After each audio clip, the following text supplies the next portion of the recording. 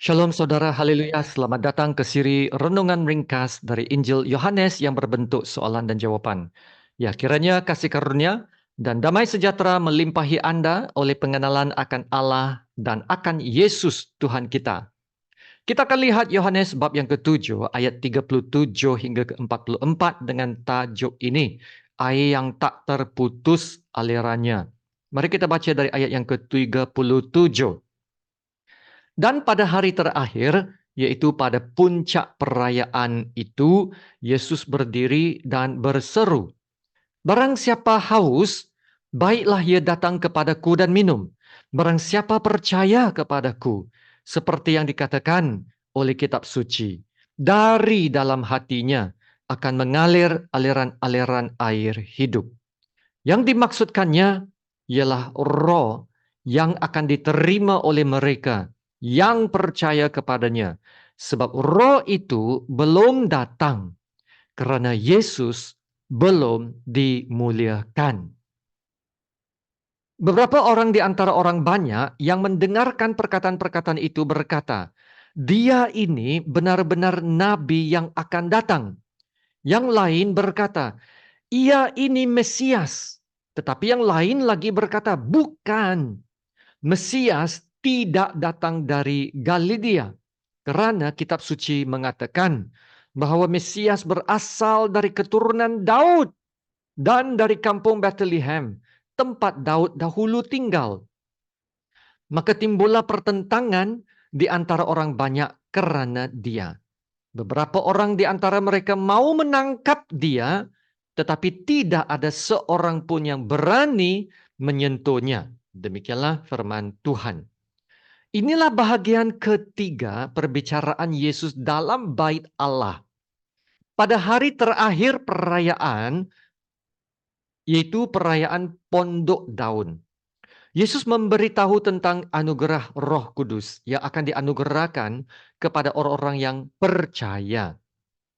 Ia adalah suatu janji yang akan digenapi apabila Yesus kembali ke syurga dan Roh Kudus dicurahkan ke atas orang-orang percaya, dan itu akan terjadi pada hari Pentakosta. Sekali lagi, ajaran-ajaran Yesus ini menimbulkan kelainan pendapat di kalangan orang ramai sehingga ada orang yang ingin menangkap Yesus. Mari kita lihat soalan edisi ini dalam ayat 38. Yesus memberi jemputan kepada para pendengarnya untuk datang kepadanya dan percaya kepadanya. Apa yang akan Yesus janjikan kepada mereka yang datang kepadanya? Bandingkan ini dengan Yesaya 55 ayat yang pertama. Apa kesamaan yang Anda dapat perhatikan dari dua jemputan ini? Ya saudara, mari kita lihat ayat Yesaya 55 ayat yang pertama. "Ayo, hai semua orang yang haus, marilah dan minumlah air. Dan hai orang yang tidak mempunyai uang, marilah, terimalah gandum tanpa uang pembeli, dan makanlah juga anggur dan susu tanpa bayaran." Yesaya 55 ayat 1 ini adalah jemputan untuk semua orang yang haus dan lapar supaya mereka datang kepada Tuhan. Dan Tuhan akan memenuhi mereka. Nah, ini adalah jemputan percuma, tanpa perlu bayaran atau usaha dari manusia. Nah, inilah seruan keselamatan kepada semua manusia, dan ia akan digenapi dalam perjanjian baru dengan kedatangan Yesus Kristus. Haleluya. Ya, yang sangat luar biasanya ialah jemputan keselamatan. Ini adalah jemputan percuma tanpa perlu bayaran atau usaha dari manusia. Amin. Nah, kini Yesus memberi jemputan yang sama. Barang siapa haus, baiklah ia datang kepadaku. Barang siapa percaya kepadaku. Dan saudara, dalam perjanjian baru, jemputan dari Yesus juga adalah percuma. Ia adalah jemputan untuk menerima keselamatan, menerima pengampunan, dan hidup baru yang kekal dalam Yesus. Dan sekali lagi, ini juga tidak bergantung kepada usaha manusia atau keagamaan manusia. Manusia hanya perlu datang dan percaya. Sebab dalam ayat ini Yesus berkata, barang siapa, whoever, bermaksud semua pun boleh datang. Barang siapa, ini adalah jemputan yang terbuka kepada semua orang. Ya, Yesus bukan saja akan memberikan keselamatan, Yesus juga akan memenuhi kekosongan jiwa mereka dengan kepenuhan seperti aliran air yang hidup, aliran yang tidak akan terputus itu.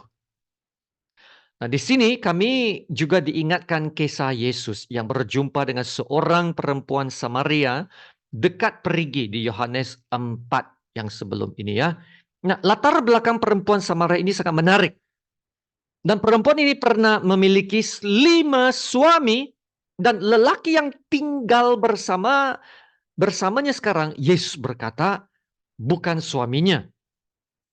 Wow, dia memiliki perhubungan yang berganti-ganti. Bermaksud perempuan ini coba mencari kepuasan dan kepenuhan hidup dari dunia, tetapi tidak juga puas. Nah, dari sinilah Yesus memberitahu perempuan Samaria ini tentang air hidup. Nah, Yesus berkata dalam Yohanes 4:13 dan 14, barang siapa minum air ini, ia akan haus lagi.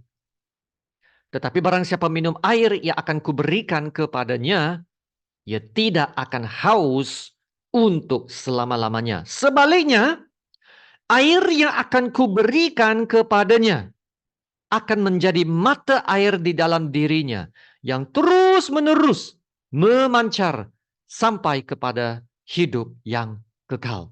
Haleluya.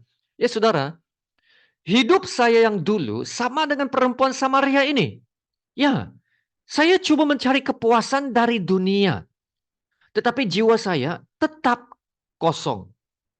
Ya, sehinggalah saya benar-benar mengenal Tuhan Yesus dan menyerahkan hidup sepenuhnya kepada Tuhan Yesus. Ya, menyerahkan hidup kita kepada Yesus yang pertama-tama menyerahkan hidupnya kepada kita.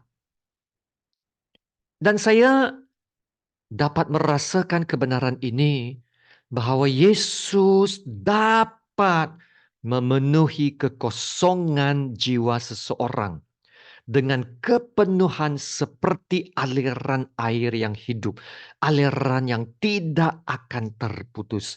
Saudara, saya benar-benar dapat merasakan kepenuhan ini. Benar-benar janji Tuhan itu benar.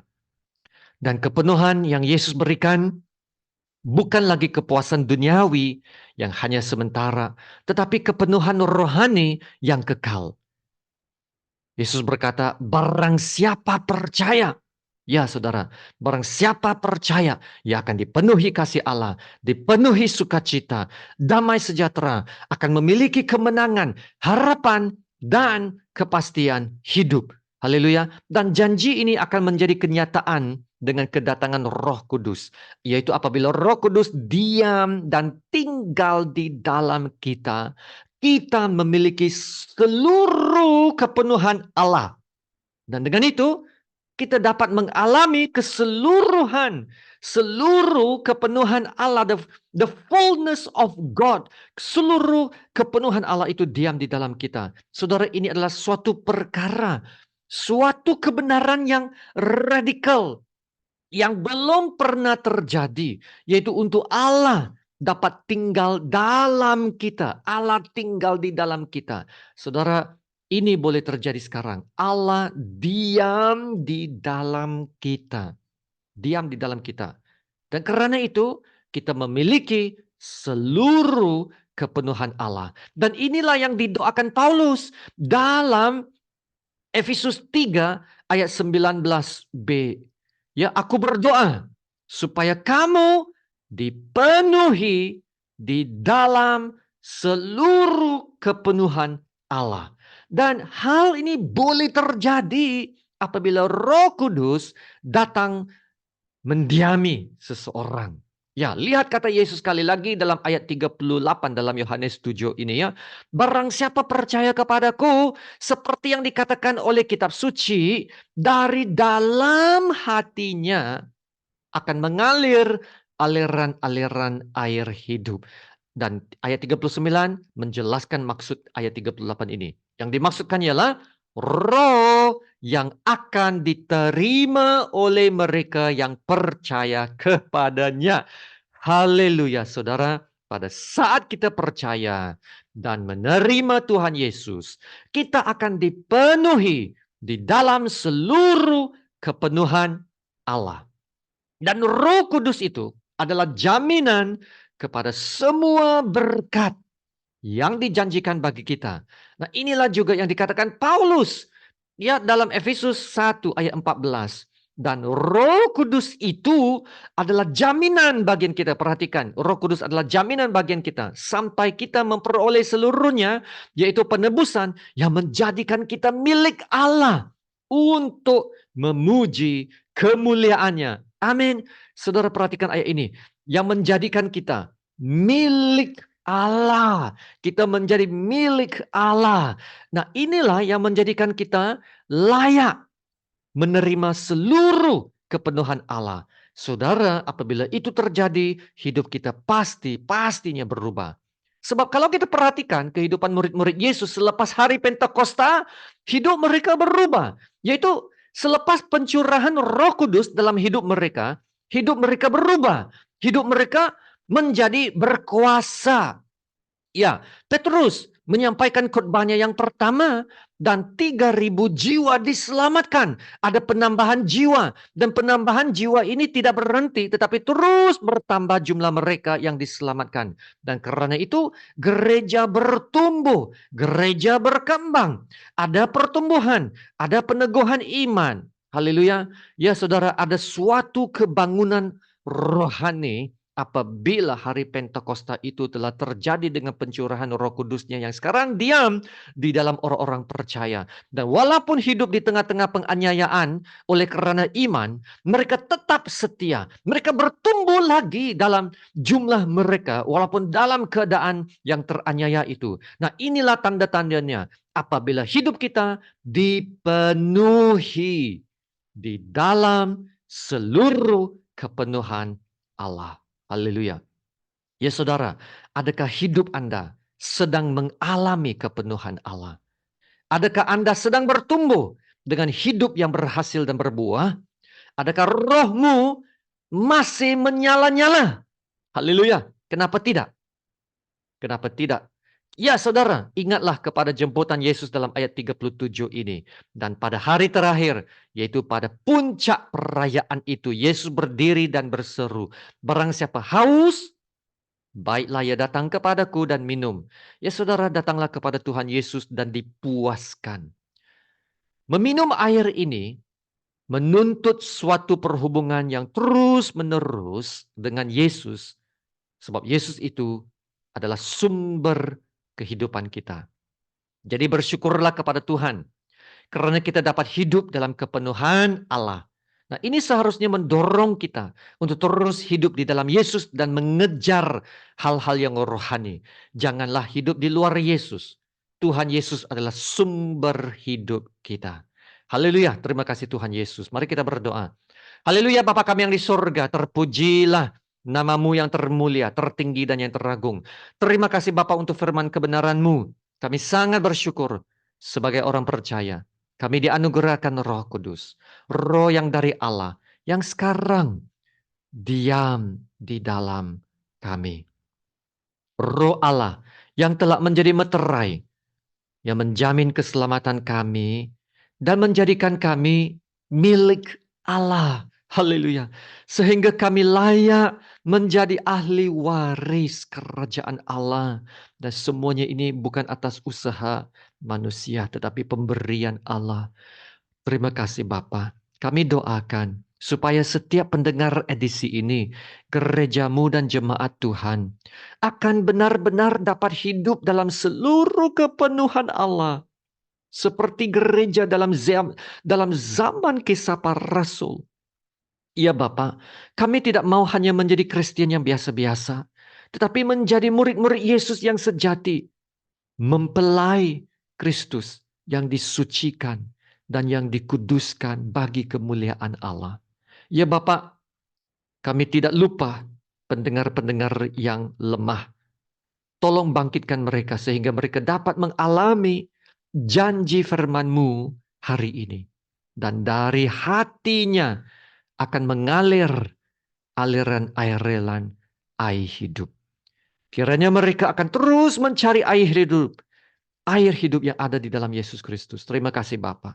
Terima kasih Tuhan Yesus. Dalam nama Tuhan Yesus, Tuhan yang termulia, kami doa dan ucap syukur. Amin. Sama-sama kita menerima berkat Tuhan. Tuhan memberkati engkau dan melindungi engkau. Tuhan menyinari engkau dengan wajahnya dan memberi engkau kasih karunia. Dan Tuhan menghadapkan wajahnya kepadamu dan memberi engkau damai sejahtera. Amin.